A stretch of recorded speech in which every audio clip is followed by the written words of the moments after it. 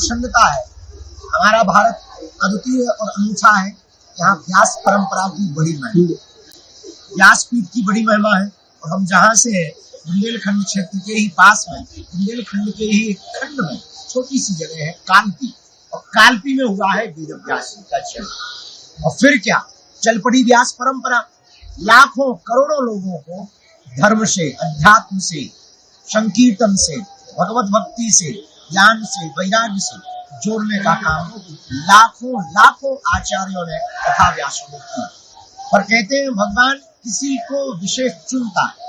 फूल सभी होते हैं और गुलाब कोई कोई होता है। ऐसे ही हमारे जीवन में बहुत मोड़ आए, उनमें एक नया मोड़ आया हमारे अभिभावक के रूप में, हमारे मार्गदर्शक के रूप में, हमारे जीवन के प्रेरणा स्रोत के रूप में, हमारे जीवन में जिनका आशीष बहुत है।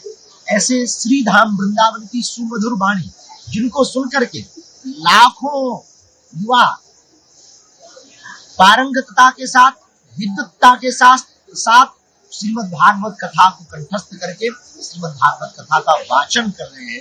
अरे आप सोच रहे होंगे कि हम ये क्या बोल रहे हैं।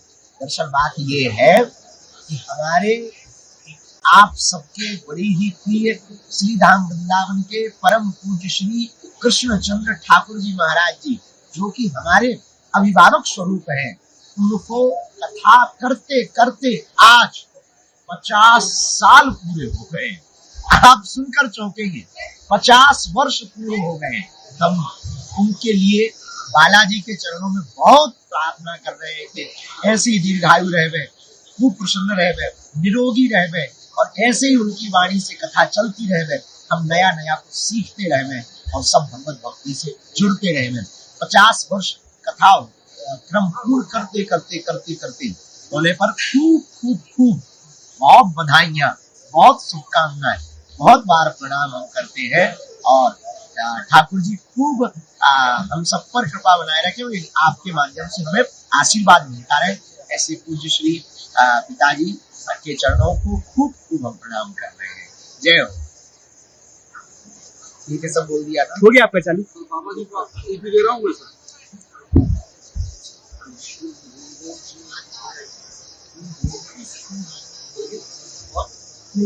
ठीक है, आगे पेश कर रहा हूँ मैं। ठीक है सर।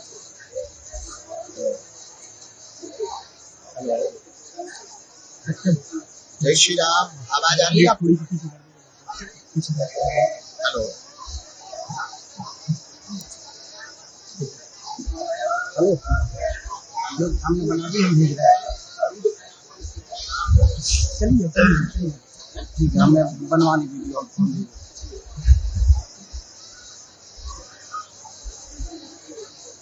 बिल्कुल जी, जय श्री राम।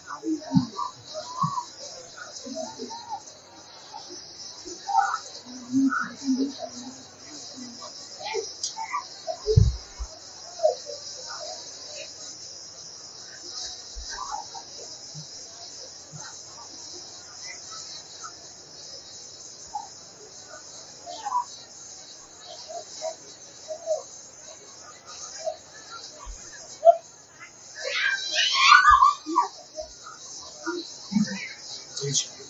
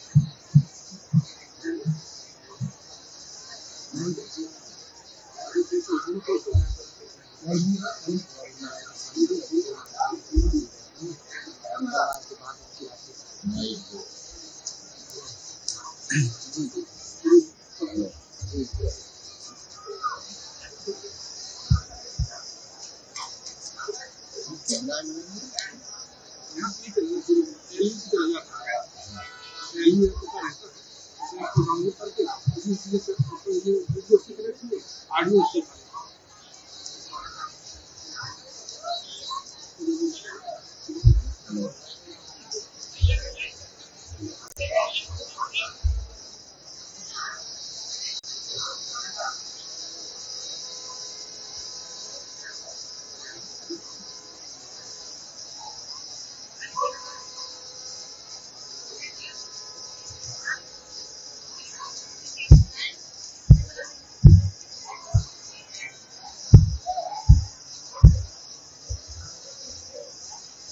माइक का है जी माइक इसी से आवाज जाएगी आपकी। इसी से आवाज जाएगी। यहाँ नहीं, आवाज नहीं जाएगी। हाँ हाँ वो वाला माइक शांत किया यहाँ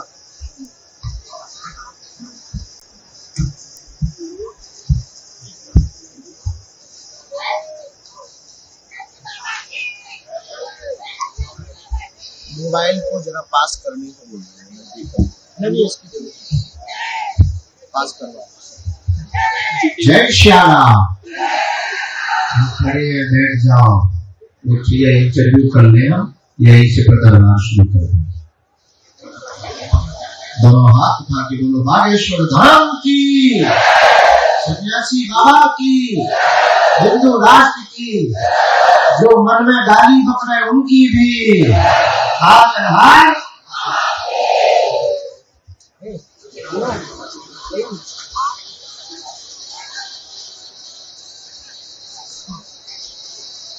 आ रही है आवाज अब ठीक है मोबाइल।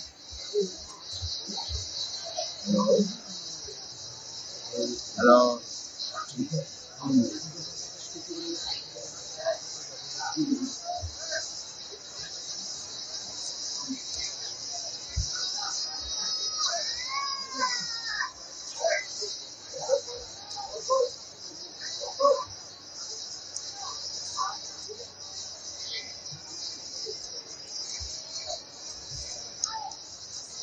हाँ होशियार।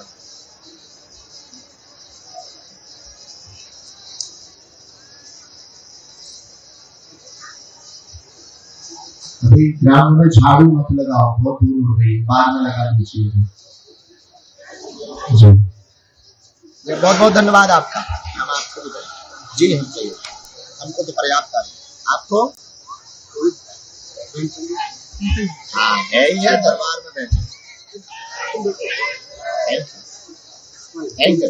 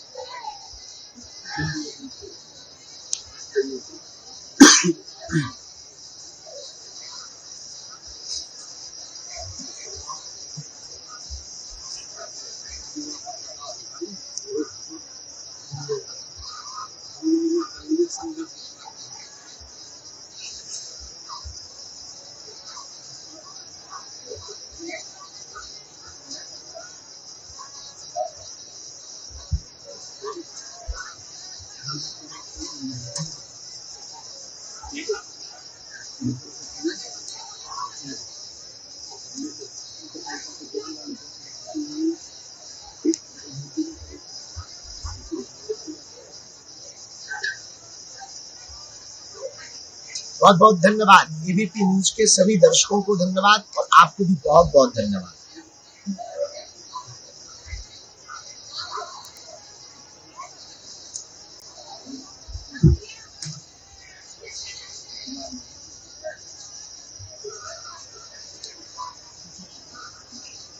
हर वर्ष महाशिवरात्रि को गरीब निर्धन बेटियों का कन्या विवाह उत्सव करवाया जाता है। ये 6वां वर्ष है और भारत का एक ऐसा अनूठा मंदिर बागेश्वर धाम है जहाँ की दान पेटियों से में आने वाली चढ़ोतरी से गरीबों की बेटियों का घर बसाया जाता है। और इस साल हमने एक नया प्रयोग किया है। 108 आदिवासी समाज की बेटियां, बाकी सभी समाज की बेटियां और आदिवासी समाज की बेटियों को जोड़ने का सिर्फ एकमात्र कारण है कि ये परिवार हमारा है, धर्मांतरण में ना फंस जाए, हली उल्लाह वालों के चक्कर में ना फंस जावे और बुंदेलखंड क्षेत्र में जातिवाद के नाम पर घोड़ों पर नहीं बैठने देते। ऐसी कई खबरें आती हैं, उन पर पूर्ण रोक लगाने के लिए अब हमने प्रण लिया कि अब बेटियां बोझ नहीं बनेगी, और कोई बड़ा या छोटा या दलित नहीं है, इस देश में सब हिंदू हैं, इसलिए सभी दूल्हों को घोड़ों पर बैठा करके सम्मान दिलाया जाएगा। ये 26 फरवरी को।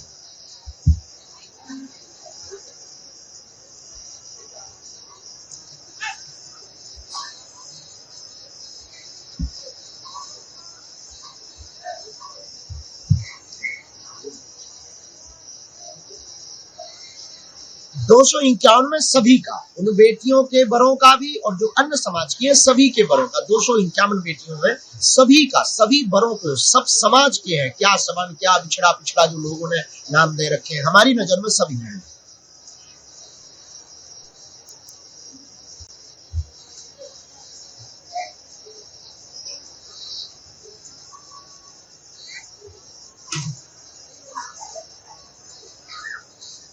भूमि पूजन है उसका, और प्रथम चरण में 100 बेड का कैंसर हॉस्पिटल, ये क्षेत्र ट्राइबल क्षेत्र है और पूरा क्षेत्र बिछड़ा और पिछड़ा है, तो अभी तक अस्पतालों में मंदिर बहुत हुए।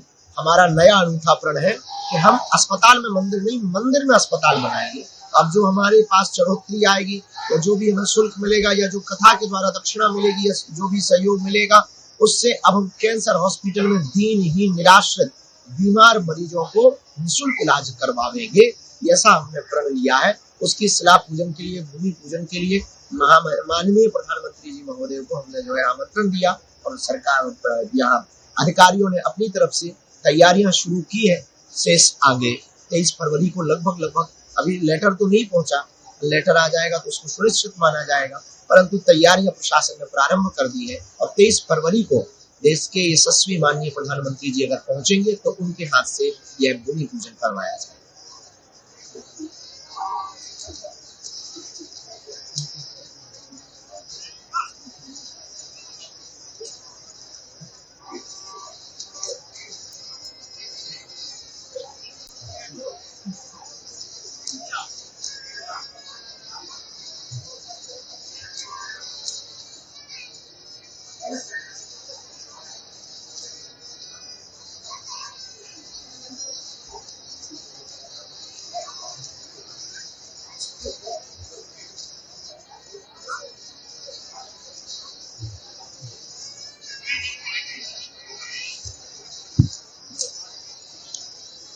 हॉस्पिटल, कैंसर हॉस्पिटल बनाने का हमारा मोटिवेट ये, तो केवल कैंसर हॉस्पिटल नहीं, medical science institute of research centre, ताकि यहाँ रिसर्च भी किया जा सके, आगे चलकर किसी मेडिकल कॉलेज में परिवर्तित किया जा सके, और कैंसर की विशेष प्राथमिक उपचार की व्यवस्था प्रारंभ से ही हम प्रारंभ कर रहे हैं। इसके पीछे कारण ये है कि ये लगभग 16-17 जिलों का एक बुंदेलखंड का एरिया है। यहाँ बेचारे सब साधारण परिवार के लोग रहते हैं, मुंबई जा नहीं पाते, दिल्ली पहुंच नहीं पाते, टाटा मेमोरियल में दवा नहीं करवा पाते, इतनी सामर्थ्यता नहीं है। इसलिए उन सब के लिए एक अपने नजदीक में ही एक ऐसी व्यवस्था मिल जाए, और जीवन हमें जीना ही है, तो जीना ही है, जब समाज के लिए ही जीना है तो समाज के लिए कुछ बड़ा करके जाए, ताकि कृपा भी बालाजी की मिले और दवा भी प्राप्त हो। फिर आपने पूछा है कि इसमें किसको किसको दवा, औषधि, जी, तो औषधि की व्यवस्था ऐसी है कि एक हम टीम गठित कर रहे हैं,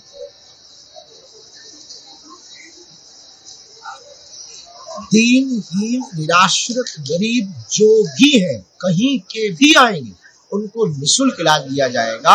उसकी एक कमेटी और टीम गठित हम कर रहे हैं, उसका पात्र सुपात्र का चयन करेंगे, वहाँ के प्रशासनिक अधिकारी का पत्र हो या पंचायत ग्राम पंचायत का पत्र हो, या हमारी टीम वहाँ जाकर के चयन करेगी। ऐसे लोगों के लिए जो वास्तविक दीनहीन है, उनका पूर्णतया मुफ्त इलाज बागेश्वर धाम परिवार के इस cancer hospital medical science institute में करवाया जाए।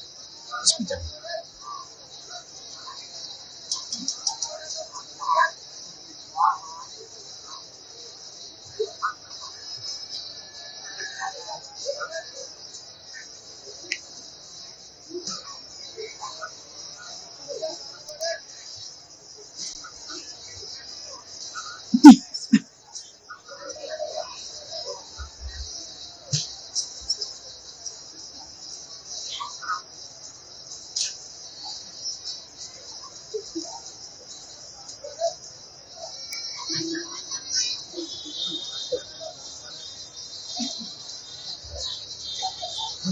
राजनीतिक चर्चा पर तो हम बहुत ज्यादा अपनी पक्ष नहीं रख पाते हैं, क्योंकि हमारा रास्ता एकदम अलग है, अध्यात्म रास्ता है।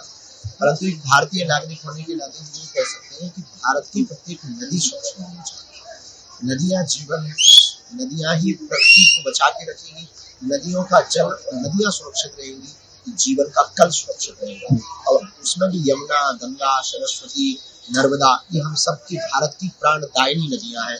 इस भारत की संस्कृति है, इस भारत का सिग्नेचर कहा जाए, ये अतिशयोक्ति नहीं है। रही बात सरकारों की अपने अपने वादे की या चर्चा की, देखिए प्रत्येक सरकार का दायित्व और कर्तव्य है उस क्षेत्र के, जिस क्षेत्र पर वो अपने कैंडिडेट या अपने लोगों को चुनाव लड़वाए, उनका ये दायित्व है और उनका ये संकल्प होना चाहिए। उस क्षेत्र की निजी आस्था, व्यापक आस्था, उस क्षेत्र की स्वच्छता, वहाँ की नदी पेयजल की व्यवस्था, स्वास्थ्य, शिक्षा और प्रकृति, इन पर बहुत अच्छे तरीके से, पुरजोर तरीके से कार्य होना चाहिए, ताकि हमारा भारत सुदृढ़ हो, सुंदर हो, भव्य हो, हमारा भारत जल्दी से जल्दी विश्वामित्र का भारत विश्व मित्र बने, विश्व गुरु बने।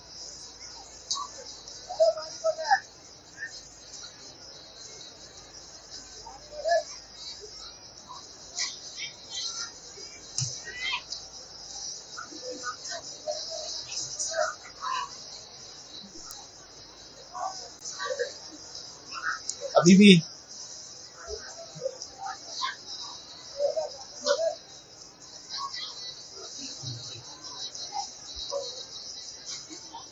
देखिए, उस बयान को ठीक उल्टे तरीके से ले लिया हमने। प्रारंभ का पूरा बयान तो सुना नहीं किसी ने। प्रारंभ में भी हमने कहा बहुत दुख है, उसके वो जो कार्यक्रम रखा था वो श्रद्धांजलि समारोह ही रखा था। और दूसरी बात, वह बयान अब परिवार निश्चित रूप से दुखित हुआ, बहुत ही विचित्र घोर दुखित हुआ। उसमें भी कोई संदेह नहीं। 6-6 साल के बच्चे रो रहे थे, बच्चियां रो रही थी और बहुत चीत्कार था, बहुत शोर, बहुत असहनीय पीड़ा थी। और उस पीड़ा को देखकर लोगों की, हम भी तो भारतीय हैं, हम भी तो इंसान हैं, भला हमारे मन में भी तो फीलिंग है, भला हम क्यों ऐसा कह सकते हैं। लेकिन अब घटना तो हो गई है, उस सिचुएशन को हैंडल कैसे किया जा सके। तो हमने सिर्फ इस बातों में ये चर्चा रखी है कि दुखद है। भगवान से हम प्रार्थना करते हैं कि सात्तावना दे, ढाढ़स दे ईश्वर बालाजी महाराज, सन्यासी बाबा। लेकिन अब कोई शरीर किसी का पूरा हो गया, अब और कुछ कहने के लिए क्या कह सकते हैं। वहां पर यही सिचुएशन है कि भाई मोक्षदायिनी तीर्थ है, शरीर तो पूरा हो गया तो दुखित तो है ही है, उसके साथ में ये मोक्ष नगरी है, गंगा का किनारा मोक्ष की स्थिति पर ही पहुंचाता है, पर है असमय जाना दुखित है। बस यही हमने बोला है, कुछ ना कुछ तो आपको बोलना ही पड़ेगा। अब आप ये तो कह नहीं सकते कि मर गए तो भैया आप मर गए, अब क्या कर लें, ऐसा तो कह नहीं सकते ना।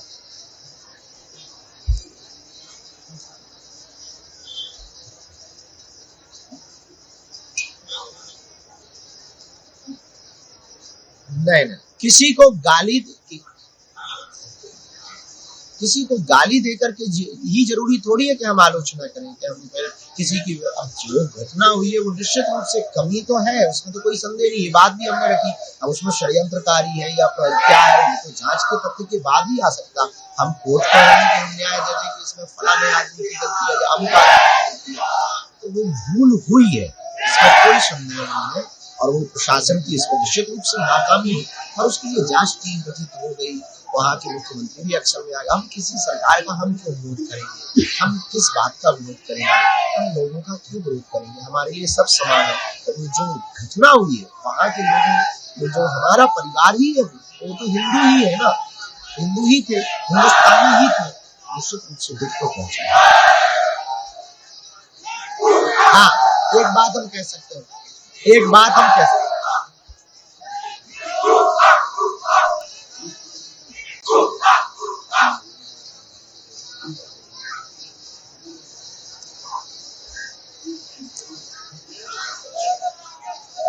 अब देखो, वो हमारे संस्कृति के सनातन के आचार्य हैं, तो उनको कोई प्रत्युत्तर नहीं दे सकता है। हम तो बालक हैं, और बालक को क्या प्रत्युत्तर देना चाहिए, और हम तो बालक है, वो तो महापुरुष है, उनको हम क्या प्रत्युत्तर देंगे।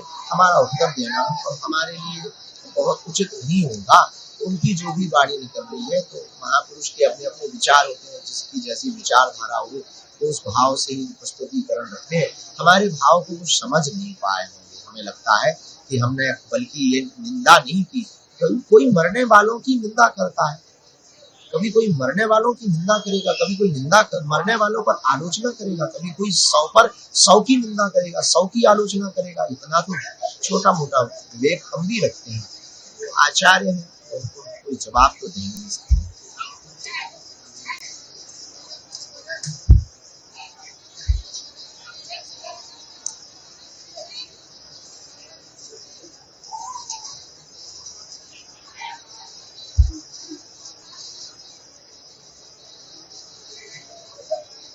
बिल्कुल, गुरु की दृष्टि में हमेशा शिष्य को परिपक्व करने का संकल्प ही रहता है। तो जो भी जो भगवान आज्ञा देते हैं या देंगे वो हमारे लिए शिरोधार्य है। हमें अपने जीवन में प्रत्येक पल विद्यार्थी बने रहना है, सीखना है, प्रत्येक पल समझना है, प्रत्येक पल पढ़ना है, प्रत्येक परिस्थिति से आगे निकलना है, क्योंकि हमारा जीवन विद्यार्थीमय है। हम गुरु नहीं है, वो हमारे गुरु है। निश्चित रूप से गुरु की जो आज्ञा है वो हमारे लिए शिरोधार्य है। रही बात कि दोनों भगवान जी कहेंगे सबसे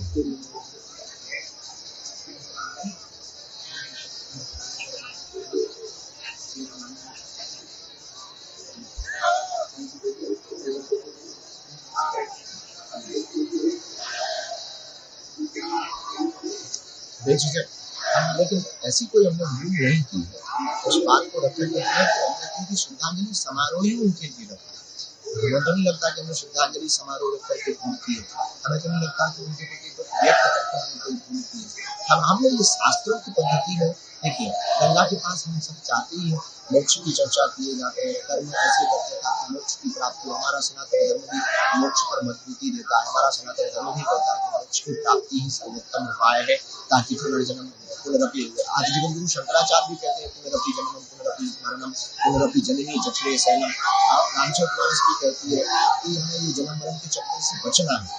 तो इस जन्म मरण के, लेकिन वो जो घटना हो, एक होता है मोक्ष पा लेना, एक होता है ये घटना बहुत ही दुखद थी, ये हृदय विदारक घटना थी।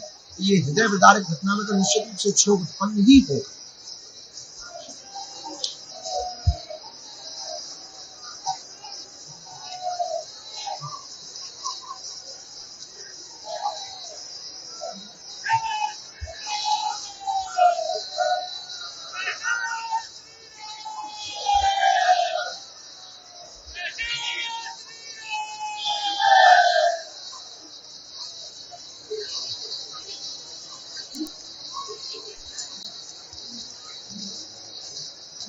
देखिए, हम सबको संयम का संगम में रहना है, संयम के संगम में स्नान करना है, संयमित रहना है ताकि हम संयम में रहेंगे तो प्राण रहेंगे, तन रहेगा तभी तो वतन रहेगा, तन रहेगा तभी तो सनातन रहेगा।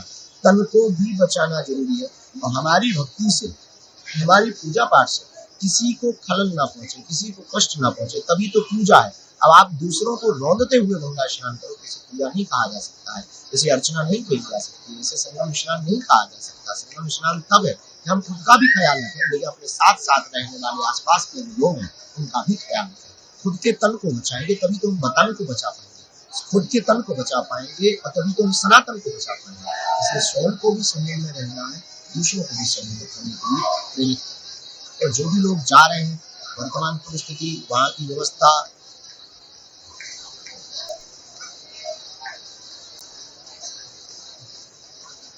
दरबार, यहाँ दरबार लगा हुआ है।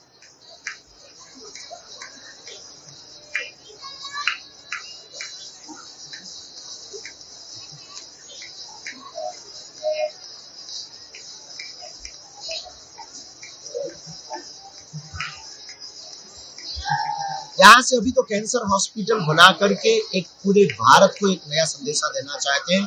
251 बेटियों का विवाह महाशिवरात्रि का उत्साह पूर्वक करके हम एक नया संदेशा देना चाहते हैं। इस देश की मंदिरों की दान पेटियों से, हिंदुओं के चढ़ावे से अगर हिंदुओं की बेटियों का विवाह करवाया जाएगा तो हिंदू धर्मांतरण की ओर नहीं जाएगा। और जल्दी ही पदयात्रा फिर से करके हिंदू एकता के लिए सनातन। हम राम और राष्ट्र दोनों की चर्चा करते हैं। हाँ, हम राम और राष्ट्र दोनों की चर्चा करते हैं। हम राम की भी चर्चा करते हैं पर राष्ट्र की भी चर्चा करते हैं। हम राम भक्ति में भी भरोसा रखते हैं और राष्ट्र भक्ति में भी भरोसा रखते हैं। हम गीता का भी सम्मान करते हैं, पर संविधान का भी सम्मान करते हैं।